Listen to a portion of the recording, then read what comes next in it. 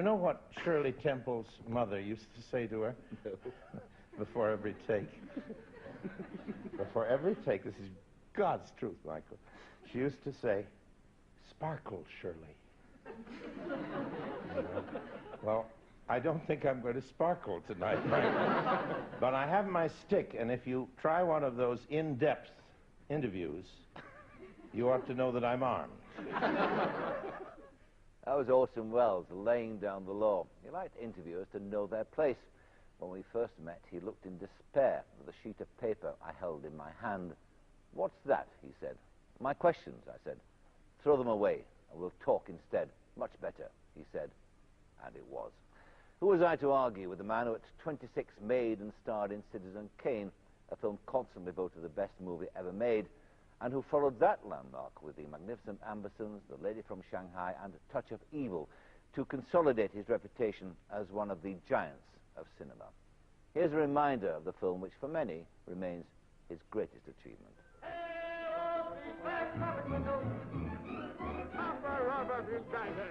Galleons of Spain off Turkey coast. Is that really your idea of how to run a newspaper? I don't know how to run a newspaper, Mr. Thatcher. I just try everything I can think of. Charles, you know perfectly well there's not the slightest proof that this armada's off the Jersey Hello, coast. Mr. Bernstein. Excuse me, Mr. Can you Kane. prove it isn't? This just Mr. came Bernstein, I'd like you to meet Mr. Thatcher. I'll just How do you do, forward Mr. it Thatcher? Leland, Hello. Mr. Thatcher, my ex-guardian. From We have Cuba. no secrets from our readers, Mr. Bernstein. Mr. Thatcher is one of our most devoted readers. He knows what's wrong with every copy of the Inquirer since I took over. Read the cable. Girls delightful in Cuba, stop. Could send you prose poems about scenery, but don't feel right spending your money. Stop. There is no war in Cuba. Signed, Wheeler. Any answer? Yes, dear Wheeler, you provide the prose poems. I'll provide the war. That's fine, Mr. Kane. Yes, I rather like myself. Send it right away. I came to see you about this campaign of yours. Orson Welles spent the rest of his life trying to avoid talking about Citizen Kane. Indeed, as you're about to see, he hated talking about any of his movies, but he loved talking. And there was much to say. He was and is a remarkable figure in 20th century culture. He revolutionized American theater. He terrified the nation with his War of the Worlds broadcast. He made cinema history. He was a political animal, a friend of President Roosevelt, a speechwriter and commentator. He married Rita Hayworth, had an affair with Judy Garland, and a deep and close relationship with Marlene Dietrich. He was an accomplished magician, a mind reader, and a bullfighter. He was, as a friend once described him, a multitude of a man. He was also, I think, the most fascinating talker of them all. What you're going to see now are the highlights of an interview I did with him in 1974. It was the time of Watergate, and I've been asking him his views on the stature of politicians. I don't think politicians are natural crooks. Not all of them. No, I don't think most of them are. I think they are actors. And actors are neither men nor women. Actors belong to a third sex. Actors are actors, and one aspect of it is the political game. But that kind of acting is not lying, as long as it refers to and reflects and exalts the essential, commonly held ideals of a culture. Those performances are part of our culture, even though they are performances, even though some of the actors themselves may be cynical about their performance. But what we have now cannot be excused in those terms. But you said last time that you wouldn't mind the job of President of the United States. Do I take it that you're still in candidacy? Well, they haven't been burning up the wires. No. I'm not really in a position at this point of time to state that I am ready for candidacy of the president. Well, one thing that amused me about that really was I was looking on television the other night, and you had the vice president designate, whose name I can't remember now. Ford. Ford, that's right. Yes, Gerald Ford. should be easy. Gerald Ford, Yes. that's right, yes. And Gerald is the tough part of it. That's right, yeah. We call him Jerry. Jerry. And he was sort of before some kind of preliminary Senate investigatory committee. And he was saying the most extraordinary things about, you can investigate me, you can investigate my children, you can talk to my bank manager, you know, you can look into me and there's nothing wrong with me. I'd love to be there, actually, if you ever got to the position of President of the United States where they were investigating you. I mean... You mean me? You, yeah. I mean, but I've been investigated over and over again by the Americans, by all kinds of American committees and really? FBI and everybody. Sure. It's one of our favorite indoor and outdoor sports. What else were we doing in the doctor's office during Ellsberg's trial, but investigated? Yes. You know? Yes. My trouble during the investigation period, what I was being investigated a lot was during the time of the anti-American McCarthy period, you see. Yeah. And I never got to testify because I kept begging to be allowed to. And this was a line of argument that nobody else took. And it absolutely stopped them. I said, oh, please let me go and explain why I'm not a communist. Well, we'll let you know, you know.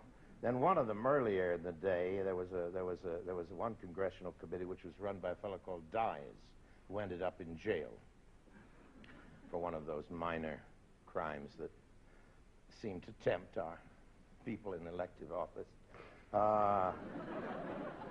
And he was a strong patriot. He wrapped himself in the American flag as fully as it was possible to do.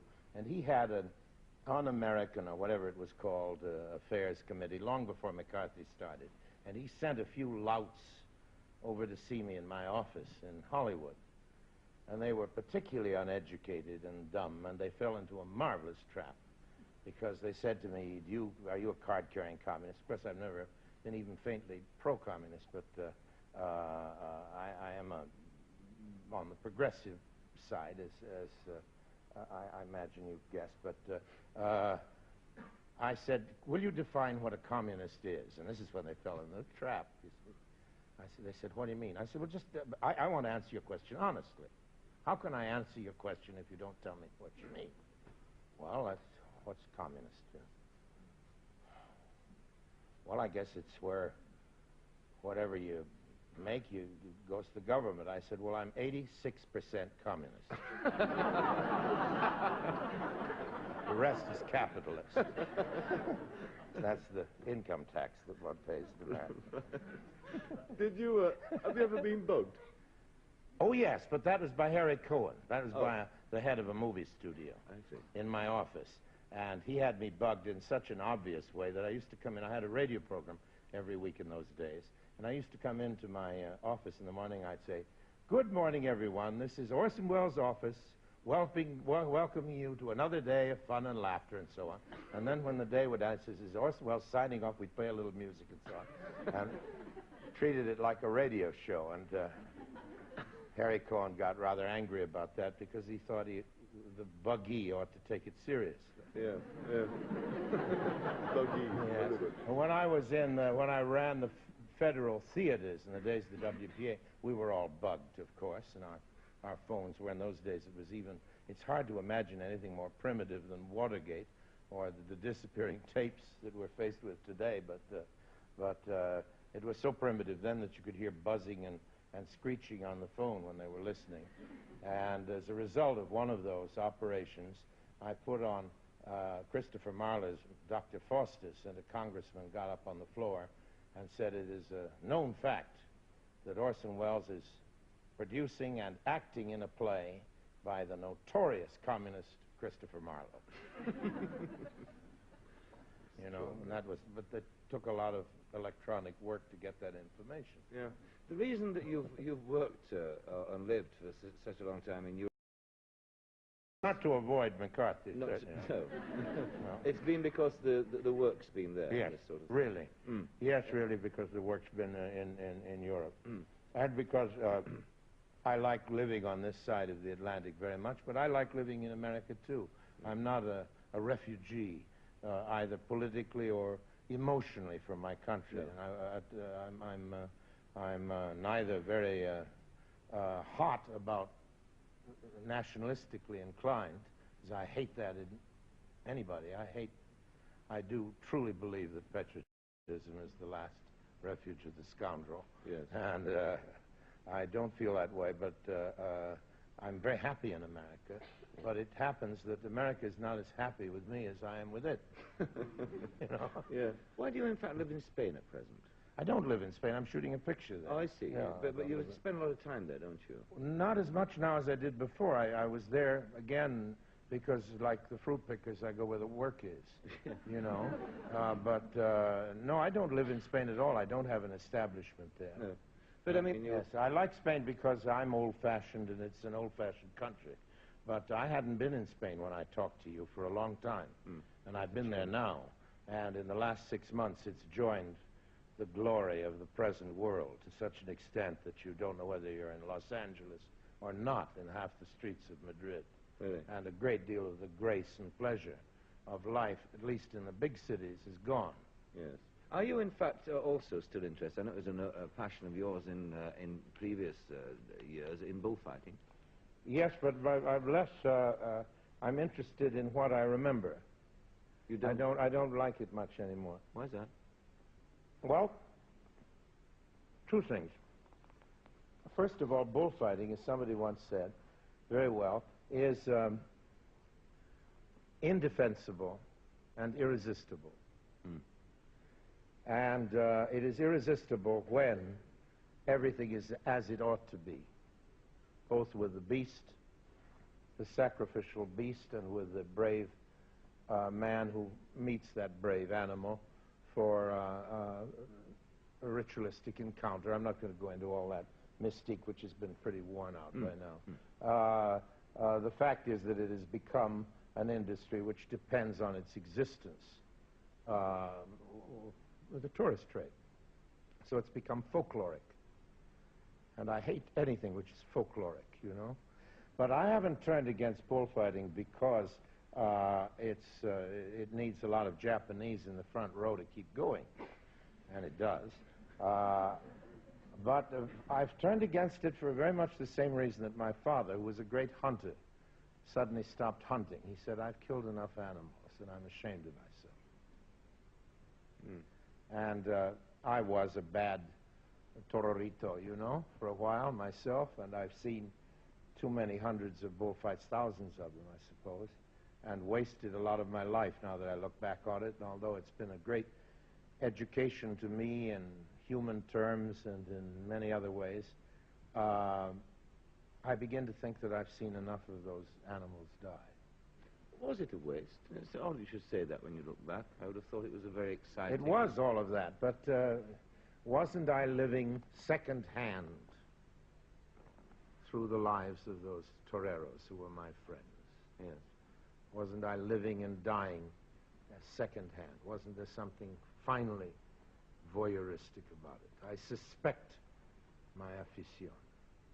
I still go to bullfights. I'm not totally reformed, and I can't ask for the approval of the people who have very good reasons to argue about stopping it. And by the way, almost all Spanish intellectuals have been against bullfighting for the last 150 years.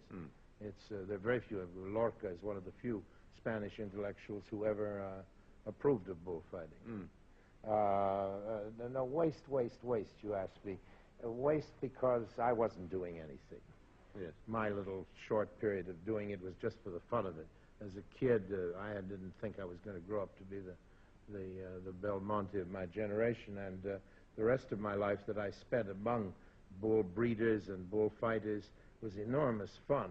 But what have I extracted from it that's of any value to anybody? What were the qualities in them, though, that you admired, that attracted you to them? Well, of course, you know, there are two kinds of people who follow the bulls, as they say in Spanish. There are those people who follow because they love the bullfighters, and there is a very small minority who are interested in the bulls. And I was always most interested in the bulls. Now, that will be incomprehensible to an English audience, that somebody could be fundamentally interested in the animal who is going to be killed. But my interest in bulls was like the interest of somebody who is very keen and very knowledgeable about horses. I know a great deal about bulls, and am much more interested in them than in the men who fight them, in spite of the fact that some of the dearest friends I have in my life have been bullfighters. It was something, of course, you shared this passion with millions of other people, but one other very famous American, Hemingway. Yeah. Did you ever meet him? He was a very close friend of mine. Was he? Yeah. I knew him on and off for many years. We had a very strange relationship. He was, I never belonged to his clan because I made fun of him. And nobody ever made fun of Hemingway. Mm. But I did. And he took it, but he didn't like me to do it in front of the club. We met in a projection of a movie which he had made in which he wanted me to narrate. And he had written the commentary. This is many years ago. Yeah. And we hadn't seen each other. This is a dark projection room, and I was reading the text. And I said, is it really necessary to say this? Do you think wouldn't it be better to just see the picture? And things like that. And then I heard this growl from the darkness, you know. Some damn faggot who runs an art theater trying to tell me how to write narration and so on. So I began to camp it up. I thought, if that's what I'm dealing with, I said, oh, Mr. Hemingway, you think because you're so big and strong and have hair on your chest that you try to bully me, you see. So this great figure stood up and swung at me. So I swung at him. Now you have the picture of the Spanish Civil War being projected on a screen, and these two heavy figures swinging away at each other and missing most of the time. The lights came up, and we looked at each other and burst into laughter and became great friends. Not a friendship that was renewed every year, but over many years at different times. Yes. And I saw him in the last year in which he was still entirely in control of himself, again, quite a lot. But we never discussed bullfighting because we, except on the subject of Ordóñez, we disagreed profoundly on too many points. And he thought he invented it, you know. Yes. He really did think he invented it. Yes. Of course, maybe he did. his book, of course, is still It's superb. a magnificent. And it's a superb book. He's a great artist. My admiration for... I was enormously fond of him as a man, too, because the thing you never get from his books was his humor. Yes.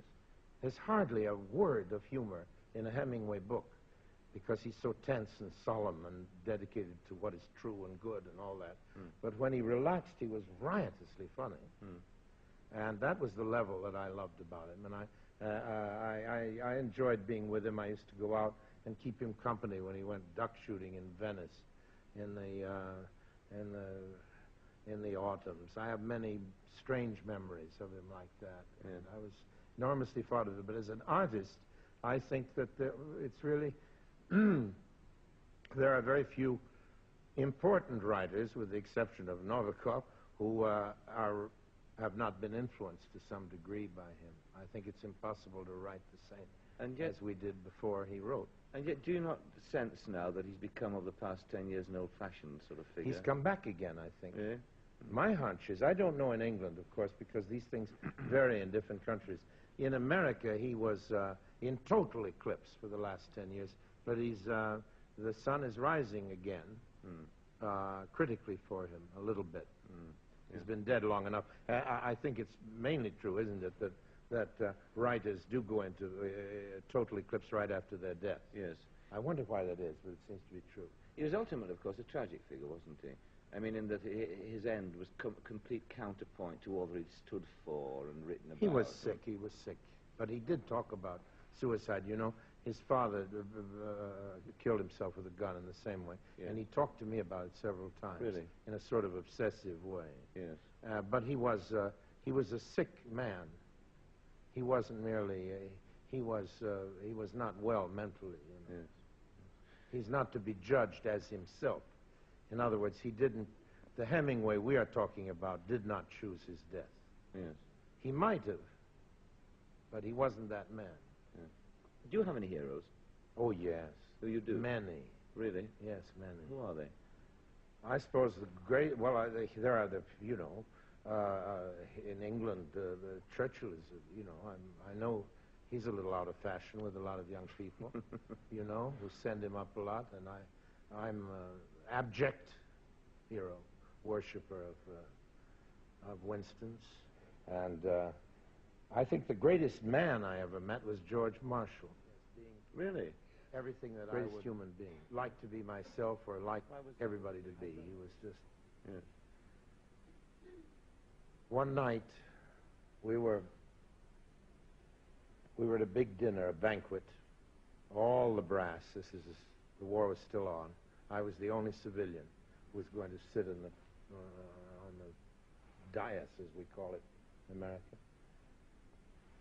And there was the admirals and everybody else, and Mr. Roosevelt was going to be wheeled in a moment, and we were waiting, and it was in the Mayflower Hotel, and the door opened, and a GI looked in, just by accident. He opened the door, and he saw George Marshall, who was the highest-ranking officer in the world. He said, "You're General Marshall." Now, Marshall didn't know anybody was watching this. I was, because everybody was having drinks and talking. I just happened to be watching. He said, "Yeah, come in, son." He went off in the corner with the boy, who was an ordinary GI, and sat talking with him for 15 minutes, and sent the boy home. Now, there are not many generals of the Army who could do that with simplicity and without the slightest hint of demagoguery or playing. He didn't think one of us was admiring him for being a human being. And he was such a human being that little boy from the prairies of Kansas or wherever instantly saw that he could talk to him without embarrassment. Yes. As he could never have talked to his major. Yes. Or to General MacArthur. You know? To Patton, though. Well, certainly not to Patton, not unless he had his guard up. I asked you that question about heroes, actually, because I know to a lot of people that you know, if I asked them that question, they would say that you were their hero. I can't imagine why, but I love hearing it. You love hearing I that, do you? sincerely don't know why. I sincerely can't see how anybody could make a hero of me. But as I've never yet been called it, I must ask you this, and you've been called it many times. You've been called a genius many times. yes, it's just one of those words, you know. It's one of those words. I suppose there have only been 2 or 3 geniuses in a century. We all know who they are, you know. Really? I suppose, yes. What, Einstein and Picasso and somebody in China we haven't heard about, you know. So you don't accept the... Oh, I accept anything I get. but between friends, you know, there aren't many of them. No. And I really wouldn't want to try to edge my way into an elevator that for geniuses only, going up, you know. Well, let's go back. You were talking earlier about experts and their idea. I suppose you take your experts. That would be film critics would call themselves experts, one imagine. Now they've judged a film of yours twice running the best film ever made. Now, how do you... That shows you how crazy experts are. No, I think it shows you how fundamentally sound film criticism is in this day and age. No, I don't. I never talk about critics because there isn't anything to be said about them. If they criticize you, anything you say is sour grapes, and if they like what you do, you should shut up. You know, there's no way of criticizing the critics. Do they ever wound you? Deeply, yes. I can remember every bad notice I've ever had. Really? I can remember one I got when I was 18 years old in Salt Lake City, when I played Marshbanks with Catherine Cornell, and I was described as a sea calf whining in a basso profundo. And I'm sure it's an absolutely accurate description of that performance, which must have been abominable. But it still goes through my head before I go to sleep at night, along with 1,000 other litanies of the same kind. I have a misfortune, is that it isn't out of modesty. It's, I suppose, some form of masochism. If so, it's the only thing that I'm masochistic about. But I do remember all the bad notices, and I do forget or take not very seriously the good ones. Yes. And the other curious thing is that you genuinely do not like talking about your work in movies at all. No, because it's done. I really don't. You know that. That isn't because we've got cameras on us. My family has never heard me say a word about any picture I've ever made. I just find that very, very curious indeed, because, you know, the number of people I've interviewed, film directors, film actors particularly, I mean, that's all they can talk about. Well, I'm sure they could talk about things, but they like to talk about it. A lot of directors and actors like to run their movies. You know, their idea of a happy night at home is to turn on the projector and see one of their pictures again, you know. And I can't think of anything more horrifying, you know, because you can't change it. Yes. What can you do about it? Yes. There it is, Yes. forever. And if you're, you know, if you're a writer and you've written a bad chapter and they're going to bring out another edition, if you're lucky enough of your works, you get to fix up that chapter. Nothing you can do about a movie. There it is, locked in forever. Yes. You know? Yes. But of course, you will talk generally about movies, not your own, about the industry. Yes, I'm not as interesting about it as I'd like to be, though, because I don't see enough movies. No. But I was just wondering about the changes that you've seen in the industry since you first started making movies in Hollywood. They've been this most radical. Do you think it's still an industry, Michael? Really an industry? It's not an industry like it used to be, that's No. for sure. And I wonder if it really was. I think it was a kind of, I think it always was show business, and that when there were big studios, which still existed when I went to Hollywood, and but were in their very last days as golden age big studios, I think they were pretending to be factories, and it was still show business. It's true they were grinding them out and all that, but it's show business. The true industrial process cannot be as helter-skelter and idiotic as every form of show business is. Otherwise, you know, every car we'd get in would break down after the second block. I can't believe the rest of the people are as stupid as we are. But how do you get the product then if it's all as mad as that? I mean, well, in those it days. sort of happens. It sort of happens, you know. Movies are terribly easy to make. It's much harder to put on a play than a movie. Oh, yes. You see, because the minute... what's hard to do is to make a very good movie. Yes. A good movie is even easy to make, because if you have a good cameraman, if you have the cast that happens to be right, if you have a story that happens to be vaguely interesting, that is the art form that works in our day and age. So that it would be very hard to write a great play in blank verse today, but I think it was pretty easy in Elizabethan days to write a good to write a good verse play. Yes. Not a great one, but a good one. Damn near impossible now, because it has nothing to do with our culture. Yes. But somehow, a good movie gets itself made even by a lot of second-rate people. Yes. You know? Yeah. A very good one is, of course, another thing. Yeah. And if you look back at those days in Hollywood when you were first operating over there, and it really was the dream factory, wasn't it? And this sort of thing. When you look back, I mean, are you nostalgic about those days, or are they were they just comic relief? I loved them. Did you? You know, I thought it was great. Really? You know? I never belonged to it. You see, when I came, I was this terrible maverick that they all, you know, I was sort of the, you know, 40, 30 years ahead of my time, whatever it is. There was a sort of ghost of a Christmas future. There was the one beatnik. You know, there was this guy with a beard who was going to do it all by himself. You know, I represented the terrible future of what was going to happen to that town. So I was hated and despised. I had all kinds of friends among the real dinosaurs who were awfully nice to me. Really? Yes, and I had a very good time. But I believe that I have looked back too optimistically on Hollywood, because my daughter has a group of books about Hollywood that she bought. I don't know why, probably vainly looking for references of her father in them. And I took to reading them lately, and I realized how many great people that town has destroyed since its earliest beginnings. How almost everybody of merit was destroyed or diminished, and how the few people who were good who survived, what a great minority they were. And I suddenly thought to myself, why do I look so affectionately on that town? It was because it was funny, and it was gay, and it was an old-fashioned circus, and everything that we're nostalgic about. Made it funny and gay when it was really happening. Yes. But really it was a brutal place. Yes. And when I take my own life out of it and see what they did to other people, I see that the story of that town is a dirty one, and its record is bad. Yes. And what about the stars, the great stars they had in those days that, I mean, people always say we don't have nowadays?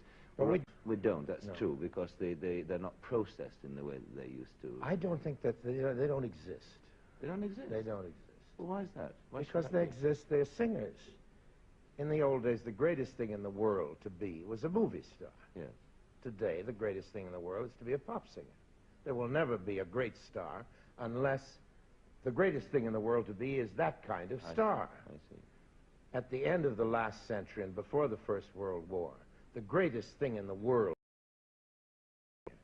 Yes. And people used to faint in the streets when they saw an opera singer. And then there came the movie stars. I think, you see, I think any form of entertainment only exists because it corresponds to a moment in time, you know? So that, of course, there are actors who are as good or as remarkable or as space displacing or whatever, however you want to describe a star. Yes. But the world doesn't think being a movie star is the everlasting end. No. And it used to, and that's why they don't exist. That's right. I was going to ask you, in effect, it brought us right back to the beginning of our conversation. Were they, in fact, just great stars, or were they just part of an illusion? They were great. They were great. I think that Keaton and Garbo, my goodness, Cagney. I won't talk about Bogart because everybody does. I loved him very much, but I think we can get along without talking about Bogart for about 3 years, and his shade will be relieved. Yes. But Cagney, in my view, was maybe the greatest actor who ever appeared in front of the camera. Really? Yes. James Cagney? Yes. Why was that? What was this? What makes you... First of all, he broke every rule about movie acting. He came, you see, the first thing that every stage actor says is, I learned to act to the camera because you have to do less. You can't do Laddie what you do at the National Theater. You have to act for the camera and so on. Cagney came on as though we were playing to an audience of 4,500 people. He acted at the top of his bent, and he never hammed for one moment, thus proving my point that hamming is not overacting. It is false acting. It's fakery. And there's not a fake minute in a Cagney movie. Please have a season of him. Yeah. And study what he was. In fact, I was thinking the other day about the people I haven't interviewed who I'd love to, and I think he comes He somewhere. won't come. I know. He's He won't come. He won't. complete recluse now, isn't he? Yes.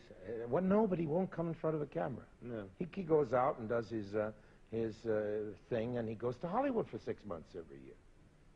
And sees his old cronies and so on. But in all his life, you know, he was like Tracy and a lot of people. He never went to a nightclub once, never went out. You know, he was a totally invisible. You know, Garbo wasn't the only one. No. There was just a small group who went to Macambo and slugged the photographers and did all that scene, you know. That was it. The rest of them were homebodies, you know. When you talk... it depends what they got at home, of course. Yes. Yeah. When you talked to me last time, you said something about, I think your friend Akim Tamirov said about acting, either the camera loves you or the camera doesn't. Great thing. I presume that was true, more true about Garbo than anybody else, wasn't it? Yes, I suppose that anybody. And of course, it's a great mystery. I don't know if you've ever seen those commercials she did. No. When I went to Stockholm years ago, they showed me in their film institute there 2 commercials for bread that she made to be shown in movie theaters. And there was this great galumphing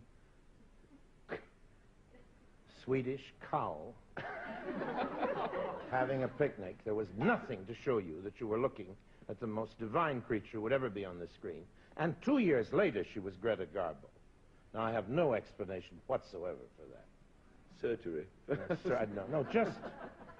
I have no idea what there is about the camera, what that box does, what made Cooper so thrilling on the screen and convincing. And when you visit Gary Cooper on the set and you'd see him do a take, as I did a couple of times to go out to lunch with him, I'd stand and watch, and they'd finish the take, and the director say, okay, that's a print. I'd say, they can't use that. I'd say to myself, that's nothing. Then you'd see the rushes. Magic. You know? Showing that there isn't any rule at all that explains it. No. Can I ask you, finally, Orson, as we get toward the end, how many films you're working on at present? Because you seem to be juggling with about 4 or 5 whenever I meet you. Yes, I am always, because the hope is that one of them will work out.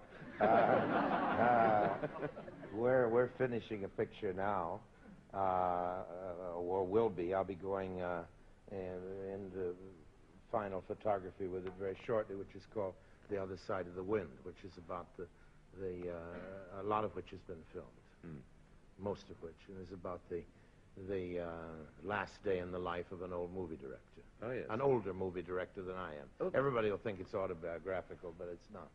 I saw a bit about this. It was described as your first erotic movie. Yes, well, I don't know what somebody, I think I know how that happened.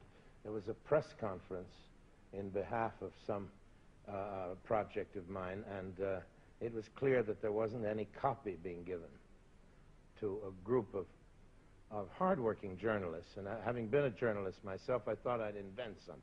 Oh, I see. It's sheer fakery. Sheer fakery. I wonder if he knows. Yeah. But why, in fact, do you have such a schedule? Why do you keep working so hard? There's an awful compulsion, it seems to me, in you to work all the time. Oh, no. No? Oh, no, I think you've put your finger on a basic failing of all lazy people. They have to work too hard or they won't do anything at all. Yes. Yes. Once I stretch out in a hammock, you'll never hear from me again. As I like it that way. Could I take you as that is your last line tonight, or is there? Could I ask you, is there any one single line at all in any play you've ever done, any movie, anything you've ever read, that you really sort of believed and thought that's true, that's good, that's really what I'm about? What I'm about, I don't know.